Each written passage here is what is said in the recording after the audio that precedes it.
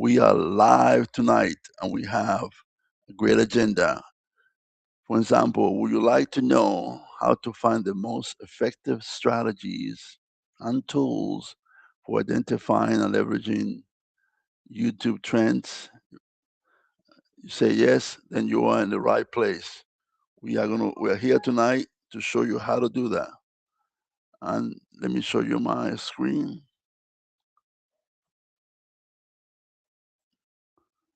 And let's go for the agenda right away. Let's go for the entire. Here we go. Tonight we are going to find what's trending on YouTube by looking at automated trends identification tools, advanced research framework, strategic content shift. Those are the three major elements that we're going to be looking at tonight. You should be looking at this icon, this thumbnail, to be sure that you got the right video for tonight. There we go. Checking the audio real quick, making sure that everything is fine. It should be fine. Okay. All right. Can't tell yet. First item. What are the automated trend identification tools? A trend is basically what is trending in YouTube. So we want to know what's actually trending, what's making sense for. Okay, we do have audio. What's making sense for YouTube? What are the videos that are going viral? And are there any tools that could help you identify those videos, right? So the first one we're going to look at is a tool that I've used and I kind of like, not endorsing any tools tonight. It's basically speaking from my own experiences, the tools that I have used and the one that I have not used.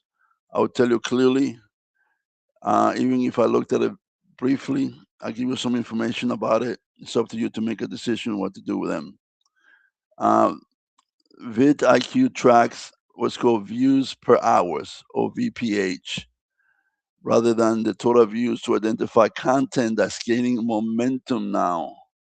And we're going to figure out how they do that. For example, if a video has 0 VPH, that means it has no traffic at all. If it has 50 BPH, that means you have 50, it means you have 50 BPH.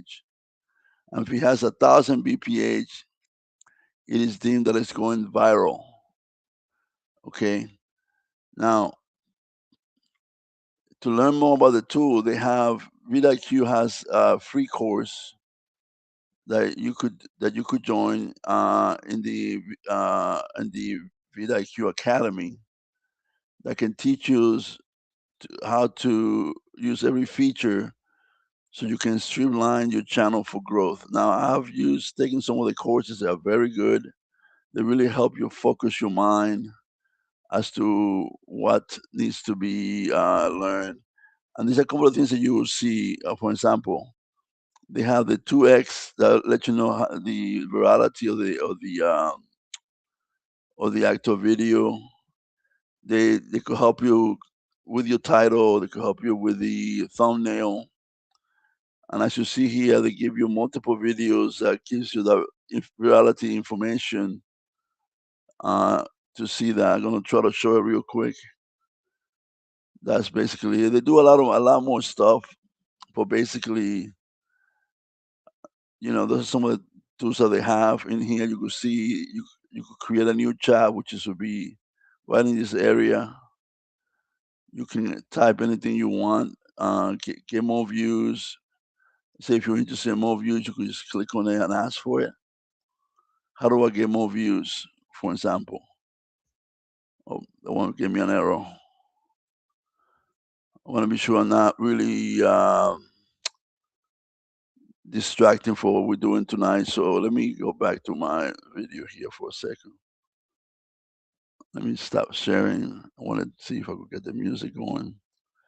I had some issue with this earlier today. Okay. Now we just need to share. Back to the agenda. But like I said, these are some of the tools, some of the things that you can see within vidIQ. I want to make sure the music's not too loud. There we go. It's just not overpowering the words that I'm saying. There's another one called Metricool, and that's another looks something like this. They do have a free version that you could, at least I haven't signed up for it. So what they do advertise a free account, and basically here what you could do is you can view a comprehensive list of the rivals at your competitors' video.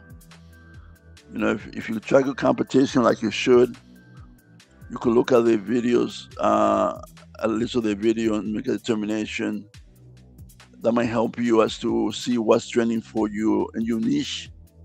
It might help you decide what video to create in the future. It allows you to see which specific topic and format are currently generating the highest engagement for your direct competition. Right, so engagement is a key, and I'm going to be explaining. I'm going to be talking about that more and more. Getting a better video is great. That gives you the subscriber that you need. But at the end of the day, you also need watch hours, and the best way to get the watch hours is basically through engagement. The more people that look at your video, the more people that engage with what you're doing, the better you'll be able to do as far as getting the watch hours. So that's really the key. Let me highlight that for the team, because that's basically what we need to get to. There's another one. I never used this tool, but when my research it came up. It's called BuzzSumo for content validation. What it does is analyzes blog posts and articles that have blown up on social media, right? Not necessarily on YouTube, but on social media. Now, this is the key here. If the topic is trending in a text format, for example, in an article or a blog post, but it hasn't been adapted for YouTube, it has a massive opening for high view content. So if you're reading an article and it has, let's say right now it's an article about going to the moon, and you haven't seen a video about the same topic, you could potentially write about it. You could potentially create and obtain lots of views on that topic, but it's sort of like a way to analyze what's trending in other social media platform. Then I'll be able to adapt that to what's going on YouTube. That way you don't have to worry about what your competition is doing. Instead of doing not a copy and paste, but instead of copying the competition or mirroring the competition, you have some fresh content. And then people, if you go ahead and you train yourself, your competitors will be looking at what you're doing, and they'll be the one, mirroring your content, right? So a different way to do that. The first one, say, let me look at the competition, let me see what they're doing, and let me see if they're getting high engagement, and basically I will adapt what they're doing into my next video. This one here says you don't need to do that.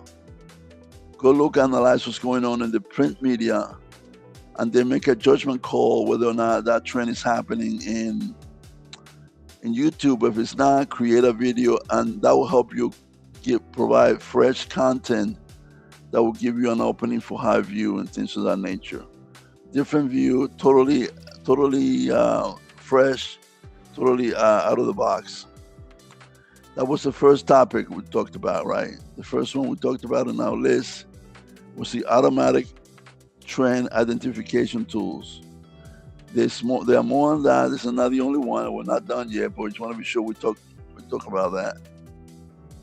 I see. Oh, I think I have another one more. I think I might have put it in a different location. I did. I sure did. Yep. I have this one in the wrong location. I gotta move this one up. Give me 2 shake and I'll take care of this. We cannot forget about Mr. Beast. He has a new tool which I have used, and I'm going to explain how it works. I use the free version of it, and I would suggest that if you can, try to use it. I got a couple of videos out of it, and they perform fairly well.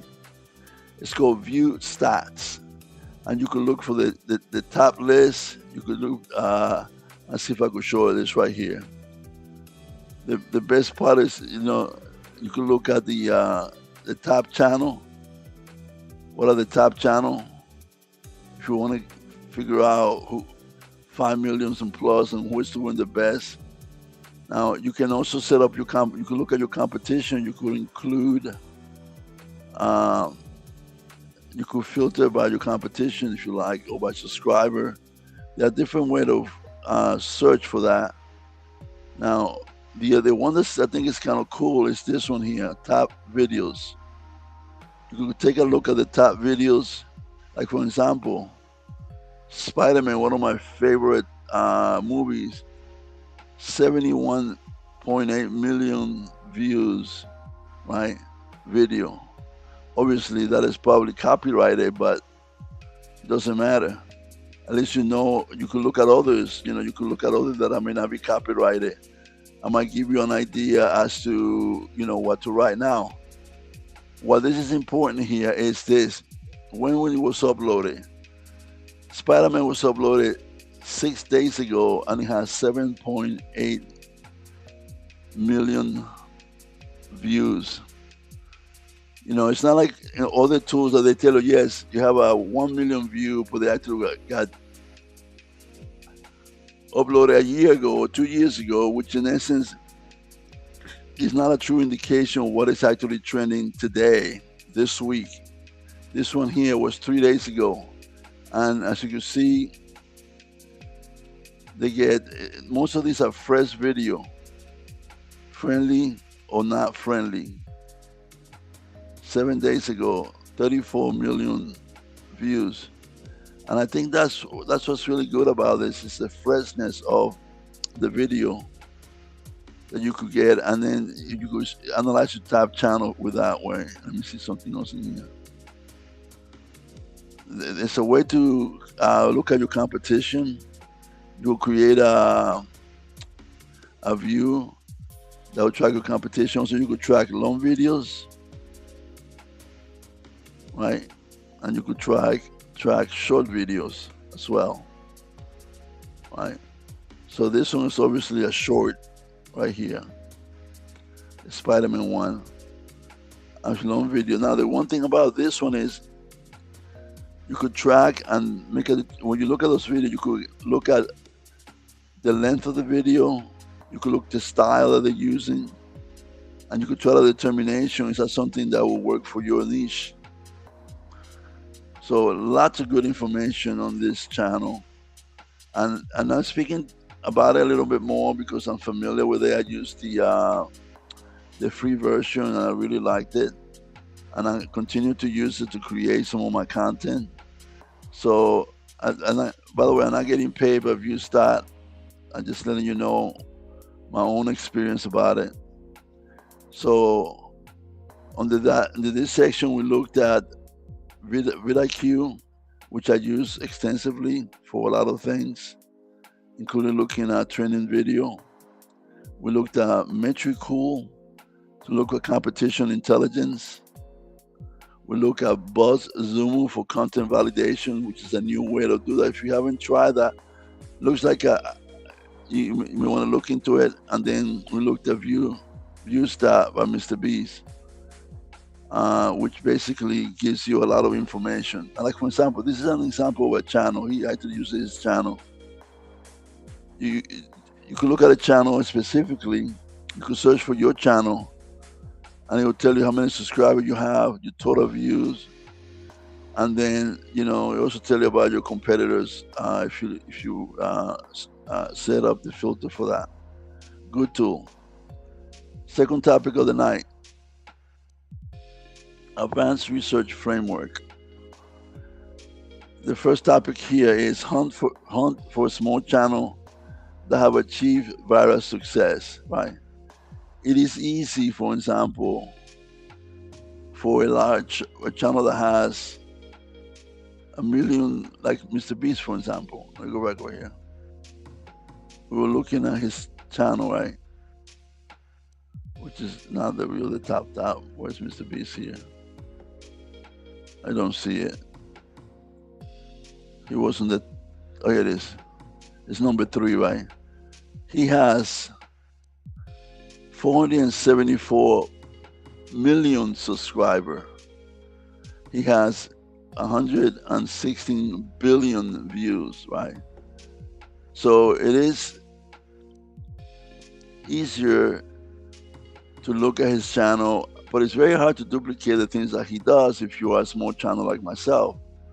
It's like, great, I hope someday to be there, but if I only have 1,000 subscribers or 2,000 subscribers, do I really want to emulate him at the beginning?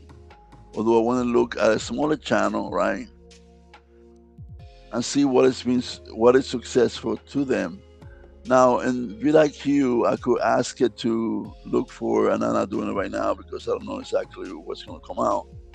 But I could ask him, if I have 1,000 subscribers, and say, show me the top 10 channel that have 1,000 subscribers or 2,000 subscribers, and it will give me a list, the top 10, and then I could go look at them and see if they are achieving any success and what are they doing. And I look at the production quality. For example, how is the thumbnail optimized? Are they title optimized? How is the audio? How is the script? And I could take a look at what they are doing, and that will give me an opportunity to mirror some of the content if he has already gone viral. Remember, the first concept that we explore is, let's see what's actually out there that has a high VPH, meaning that it has a trending momentum to it. And then we're going to see if we could do something to mirror some of that work into a new video. And the way we do it, we look at channel that are of any size, but primarily also want to look for channel that are our size. If you have 1,000 subscribers or 2,000 or 3,000 or whatever, you want to look at similar channel and see if you can improve the production value. And by production value means better thumbnail, better title, better description, better audio, better scripting, better scripting. I said that once already, so say it second time. Very production value. Let me leave it under that encapsulation. And hopefully that trend that they were experiencing, the upward trend and momentum that we're experiencing, you could be experiencing your channel as well. Let's look at a strategy. Identify these proven topics and remake them, right? So if you find it is trending, it has momentum, upward momentum. So it has been proven. The topic has been proven as a viral topic by whom? Not YouTube, not you, not the creator, but by their subscribers, by the viewers. The viewers are clicking on that topic. So now, if you could mirror it with superior production value, improving the storytelling about it, meaning the scripting, and optimizing the packaging, the thumbnail, and the title, you might be able to capture some of that upper swing, upper momentum in your channel. That's what you're looking for. That's a strategy that most YouTubers are using nowadays. But like I say, here we are providing you information with more than just one technique, we explore others to begin with. Now, this is something that have created a lot of concern. Reddit, X, and Twitter.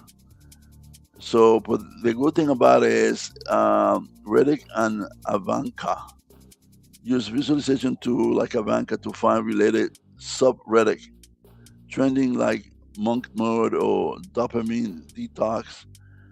So they find trending new trends, and they often pick on the niche community before we even see any of that on YouTube. But what a lot of people are doing, they're going to Reddit, Twitter, and other platforms, and if it's trending there, if it's trending and giving them view, they are using the technique that I just described here, which is basically um, provide superior value to the same topic, not copying the video because that would be a copyright strike, but providing superior value to a mirror video of what they just saw in this other platform. It has been proven to be very effective by many YouTubers. So do not discount it. But once again, you have to be careful because there are some techniques. If you're using like a template or something like that, that YouTube is looking for it, and they actually, demonetizing some channel. Like, listen to my presentation from last night, and you have to be careful with that. Follow niche new accounts and use AI like Grok to identify trending company, stocks, event. The reason is why those, what's the key to that? Well, if a stock is trending upward, whatever part of that company is selling may be a topic that can be used to have a discussion in YouTube to talk about the pros and the cons about a particular, not product, but a particular opportunity. Like, for example, the thing right now is a new news account is like going to the moon. That is number one topic trending all over the world. So you could write about that and be joining 1,000 people to do that. But what you want to do is you want to catch that news before it becomes news. Looking at the trending company stocks and events, right?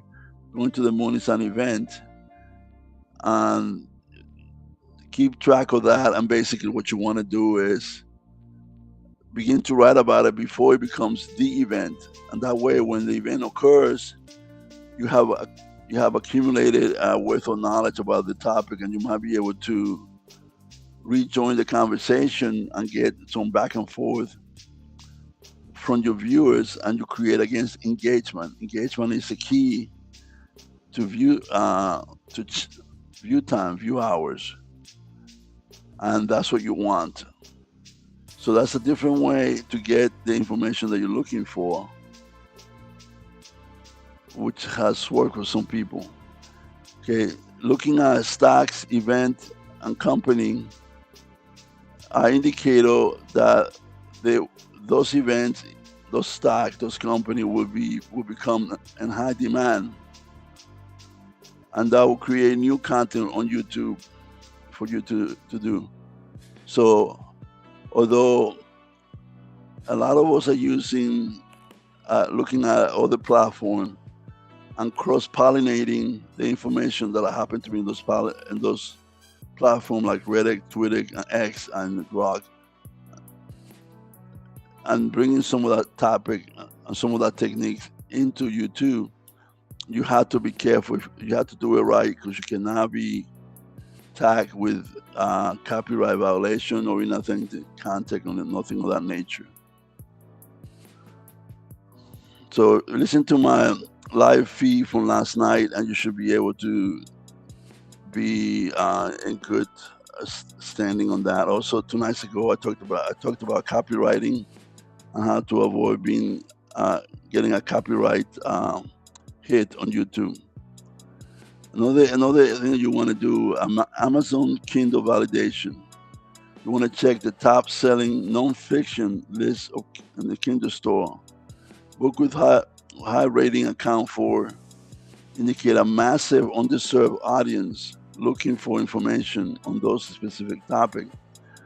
So if it's rated very high, the book is nonfiction and it's rated very high, that means that there are people that want to know more information about it. Again, another opportunity, another gold mine, another golden nuggets that you could use to basically find a topic that will give you views, that will give you more subscriber. So that's another topic there that you can use. Now we just looked at the second view, right? The second topic was advanced research framework, right? Advanced research, why? Because you are going ahead of the other YouTubers and trying to research future topics so that you could be ahead of the crowd and be able to bring that data in and then use your knowledge in YouTube to be able to create new videos, create new information for people that are looking for that data. Now, let's talk about the third and final topic, strategic content shifting for this year. The first one that I want to expose you to is hyper personalization. It is said that the algorithm is no longer a single beast. It is a personalized feed for every individual. So why is that important? You need to stop chasing virality as a broad term, right? You need to focus on your niche. And that's something that a lot of people are talking about. You could go look at videos, oh, that video is trending, but it's not in your niche. So what do? You either have to adapt it to your niche or you have to search within your niche. That's why we say do a competition search. See what your competition is doing, and if it's working for them on their niche and they're your competitors, most likely it will work in your niche. But if you choose a video, like for example from this list, and I'm gonna just send an example. You come here and you say, I'm gonna pick the top video, which is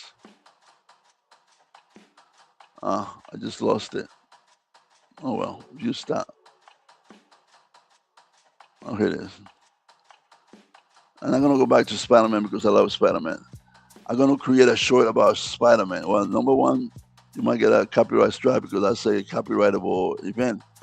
Well, let's say that you find a way to write about Spider-Man. But your niche is a food niche. You basically writing about food and trends and food items, or it's a medical niche, or it's a current event niche, right? So you might say, well, you either have to choose that you can adapt what you learn by looking at this video and find a way to make it non-copyrightable or being safe. And then you could adapt it to whatever your niche is. That might be one way to do it. And it's called bending the topic to your niche, right? That's what that technique is called. Or you find something on your niche and you basically write about that, right? So do not chase broad virality. Chase virality within your niche, and you have to be obsessed about it. And you have to look at all the tools and figure out, okay, you have to know your niche, of course, right? It's like the niche, think of a restaurant, right? If you your restaurant sells hamburger, you are in the niche of selling hamburgers. So if you want to find out what is trending on the hamburger field, you go to all the hamburger joint and see what they're doing and say, for example, spicy hamburger is what's trending right now. So you could call your hamburger Fuego hamburger, meaning it imply the same thing, not exactly the same words. So that implies the same. So you kind of bending what's going on in that niche to your niche, and hopefully you get the same kind of customer support for that hamburger. It's the same thing with your channel. If your channel is about current event and you want to do something completely different on it, probably it's not going to work. Or if your channel is about baseball or football and you want to write about Spider-Man, the content may not fit. So that's what we are talking about. Stop chasing virality for the sake of virality.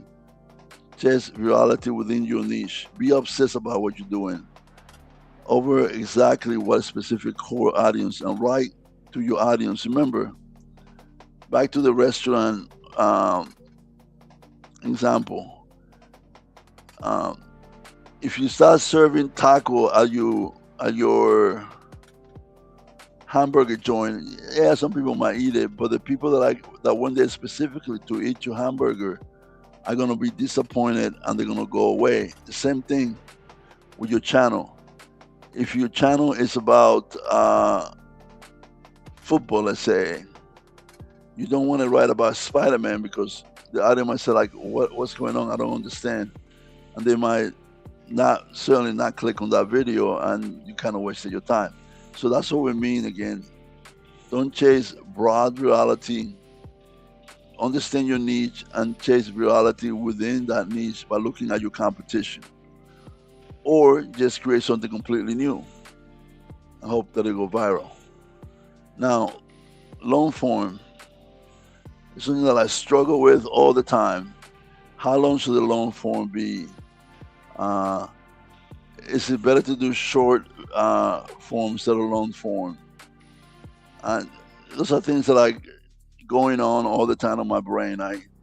Just a quick tutorial from me. Short form, short video are great for getting subscribers, but they don't give you the watch hours that you need to go to monetize. Long video has a tendency to get more watch hours than shorter video, but it's harder for them to go viral for some people. And I'm struggling with that myself, so that you know. So, but people are using the long video as the new television. They view the viewership, the views are increasing to watch YouTube. I know that I have watched movies on YouTube, I have watched series on YouTube, I have watched documentaries on YouTube, I have watched topics of interest to me on YouTube, and I'm quite sure if I'm doing it, I know for a fact other people are doing it. So those are long form content. People will sit there and they will look at a documentary and things of that nature. So this growing demand for deep dive documentaries, if you are able to do that, more power to you. Do it. Episodic series. If you could set up a sort of a series on your videos, that would be great. And they range from 30 minutes to over 1 hour in some cases. Or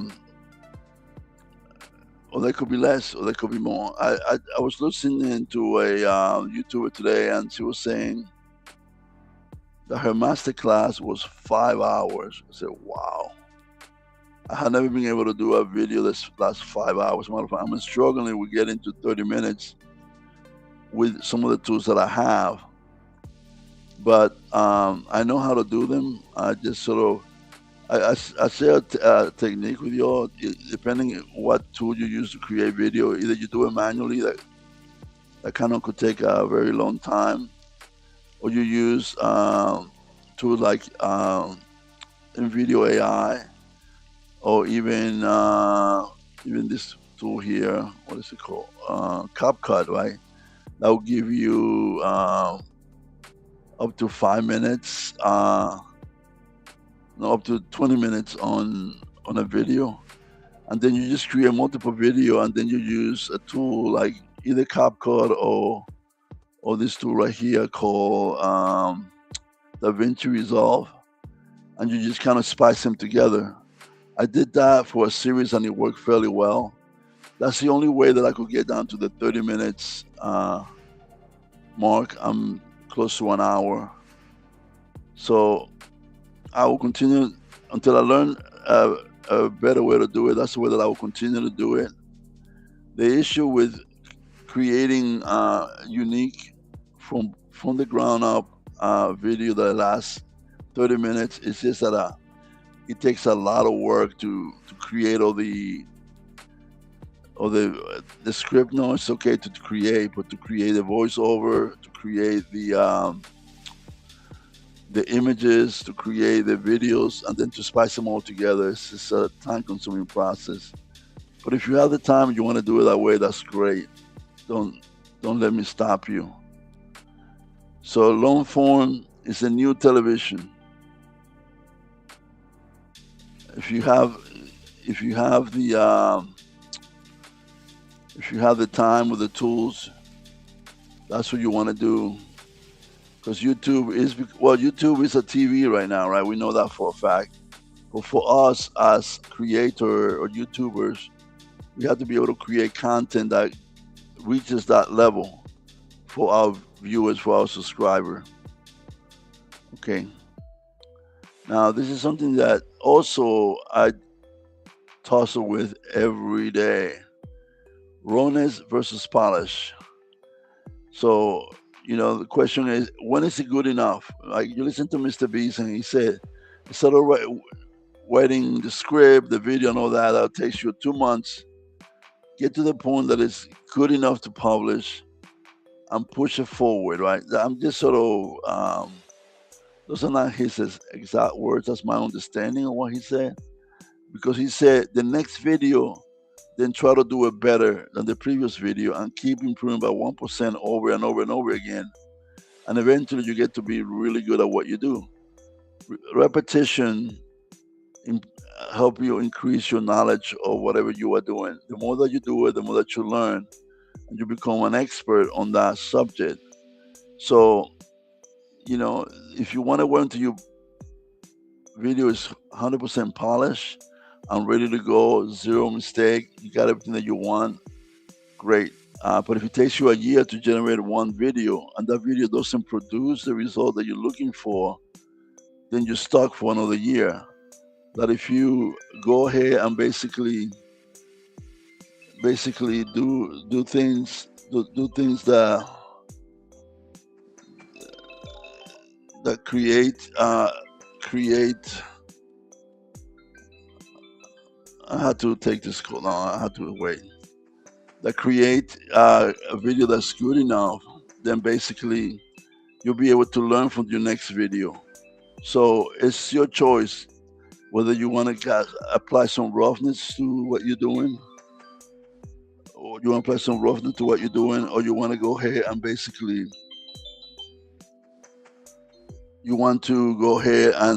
wait until you have the final product ready to go. Shoot. So that's what you want to do on that. My apologies, but I have to put this on mute because this person gonna keep calling me.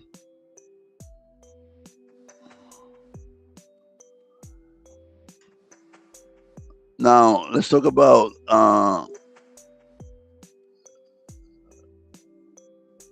short content. So there was a casual, low effort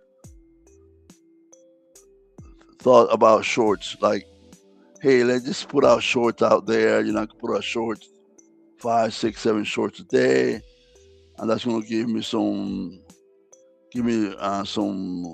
subscriber. It's gonna get in front of people. Eventually, some of them will go viral, etc., etc. But using that low effort shorts are losing ground. The new trend seems to be high effort shorts that maintain high production value and have professional editing. Now, how long should a short be? I talked about that last night. 10 to 15 seconds. My recommendation is what I'm doing my shorts right now between 10 and 15 seconds long, or definitely less than 26 seconds. If you read the data and if you look at the algorithm, you'll find out that most videos are like 60 seconds. You lose most of your subscribers by the time the 15-second mark occur. So you decide, you make some tests, you look at your algorithm and see what is working for you. But like I said, the new trend is to have high effort, high production values for the shorts rather than low production value. So that's a new trend. So again, and on the new strategy, right? Personalize your work towards your subscriber, towards your niche, towards your audience. Long form is a new television, and therefore find a way to create long form that are either deep documentaries, episodic series, and could range from 30 minutes to 1 hour. That is something you have to test. There are people that have different time frame for that. I'm still debating, finding myself which one is the best between that. I'm trying to reach the 30-minute mark for the most part, and I have a technique for that. But an hour-long video is something that's very difficult to put together, but it can be done. And if you want to do a master class that lasts 5 hours, I'll say go ahead. There are people that swear by it. They're saying doing a master class is something that has helped them. I'm gonna put it here just for your views anyway. 5 hours master class. What I'm trying to share with you is the result of my research, right? Not so much the fact that I think 30 minutes is the best, 1 hour is the best, 5 hours is the best. Depending on what you're doing, depending on your niche, anything like that would work, right? So then I talked about whether there should be some roughness in your video or whether or not it should be polished, right? And I said it's a choice that you have to make. And there are pros and cons about either one of them. I try to have the best production value that I can out there, but at a certain point, I had to press the trigger and say it's good enough to go. I talked about short and saying that the low effort shorts are losing ground, and the new efforts to have high effort short, high production value that are within the 10 to 15 seconds, less than 26 seconds, certainly less than 1 minute time frame. Now we have a couple more topics to go here, and then we're going to be done for tonight. Community as a new metric. Success is no longer about clicks. It's about starting a conversation. And this is the big why. I spoke to this earlier, right? You know, clicks will give you, high clicks will give you subscriber. You need a X number of subscribers to be monetized, right? But watch hours, which is the most difficult part to get, can only be started by starting a conversation with your subscriber and your viewer, or having very high production value videos, right? Where you have a lot of people watching and making comments. So this is the key right there. It's called the community as a metric. It's very important. They recommend using the community tab to prioritize meaningful, sincere comments and reply. And basically, let me see if I could demonstrate that real quick. What are they talking about? Let's see if I could find it real quick. Post. There's a community. This is in here. I post my video to actually they kind of go live, and I try to engage with my viewers. It's all the new videos, so I don't have a lot of engagement on them. But that's what I'm talking about. Use the community tab to prioritize meaningful, get engagement, and get members that are dedicated to you, supporting you. Now, nostalgia and remixing.